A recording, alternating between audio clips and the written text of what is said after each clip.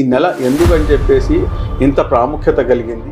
రంజాన్ అనేది ఏ రకంగా అయితే జనవరి, ఫిబ్రవరి, మార్చ్, ఏప్రిల్, మే ఏ రకంగా అయితే మనకి ఆంగ్లేయ సంవత్సరంలో ఉన్నటువంటి నెలల పేర్లు ఉన్నాయో, అదేవిధంగా అరబిక్ క్యాలెండర్ ఏదైతే ఉందో ఒక నెల పేరు, 9వ నెల పేరు వచ్చేసి రంజాన్.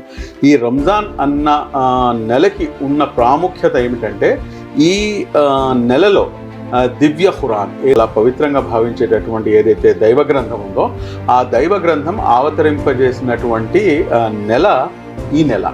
ఖురాన్లో 2వ అధ్యాయం 185వ వాక్యం, షహరు రంజానుల్లజీ ఉన్జిల ఫీహిల్ ఖురాన్ హుదల్లిన్నాస్ వ బయ్యినాతి మినల్ హుదా వల్ ఫుర్ఖాన్. అంటే చాలా స్పష్టంగా ఈ నెల ఎందుకని చెప్పేసి ఇంత ప్రాముఖ్యత కలిగింది, ఈ నెలలో ఏం జరిగింది అనేది చాలా స్పష్టంగా ఖురాన్లో అల్లాహ్ సుబ్హానహు వ తఆలా చాలా స్పష్టంగా తెలియపరచడం జరిగింది. ఈ నెలకు ఉన్నటువంటి ప్రాముఖ్యత, ఈ నెలలో ఖురాన్ అనేది అవతరించడం.